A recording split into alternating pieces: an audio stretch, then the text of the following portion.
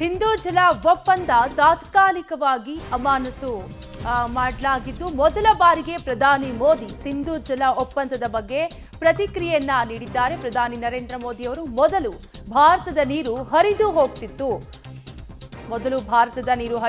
ಈಗ ಭಾರತದ ಹಕ್ಕಿನ ನೀರು ದೇಶದಲ್ಲೇ ಉಳಿಯುತ್ತಿದೆ ಅಂತ ಪ್ರಧಾನಿ ಮೋದಿ ಪ್ರತಿಕ್ರಿಯೆಯನ್ನ ನೀಡಿದ್ದಾರೆ. ಈ ನೀರನ್ನ ಈಗ ನಮ್ಮ ದೇಶದ ಜನರೇ ಬಳಸಬಹುದು. ಮೊದಲು ತಮ್ಮ ಸ್ಥಾನ ಸುರಕ್ಷಿತವಾಗಿದೆ ಅಂತ ಯೋಚಿಸ್ತಾ ಇದ್ರು. ಇದರಿಂದ ಪ್ರಮುಖ ಸುಧಾರಣೆಗಳು ವಿಳಂಬ ಆಯಿತು ಅಂತ ಪ್ರಧಾನಿ ನರೇಂದ್ರ ಮೋದಿ ಮೊದಲ ಬಾರಿಗೆ ರಿಯಾಕ್ಟ್ ಮಾಡಿದ್ದಾರೆ. ಪರೋಕ್ಷವಾಗಿ ಕಾಂಗ್ರೆಸ್ ವಿರುದ್ಧ ಪ್ರಧಾನಿ ಮೋದಿ ಗುಡುಗಿದ್ದಾರೆ. ಒಟ್ಟಾರೆಯಾಗಿ ಮೊದಲ ಬಾರಿಗೆ ಸಿಂಧೂ ನದಿ ಜಲ ಒಪ್ಪಂದದ ಬಗ್ಗೆ ಪ್ರಧಾನಿ ಮೋದಿ ರಿಯಾಕ್ಟ್ ಮಾಡಿದ್ದಾರೆ.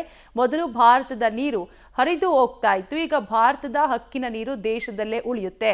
ನಮ್ಮ ಜನರೇ ಈ ನೀರನ್ನ ಬಳಸಬಹುದಾಗಿದೆ ಅಂತ ಫಸ್ಟ್ ಟೈಮ್ ಪ್ರಧಾನಿ ನರೇಂದ್ರ ಮೋದಿ ಅವರು ಪ್ರತಿಕ್ರಿಯೆಯನ್ನ ನೀಡಿದ್ದಾರೆ.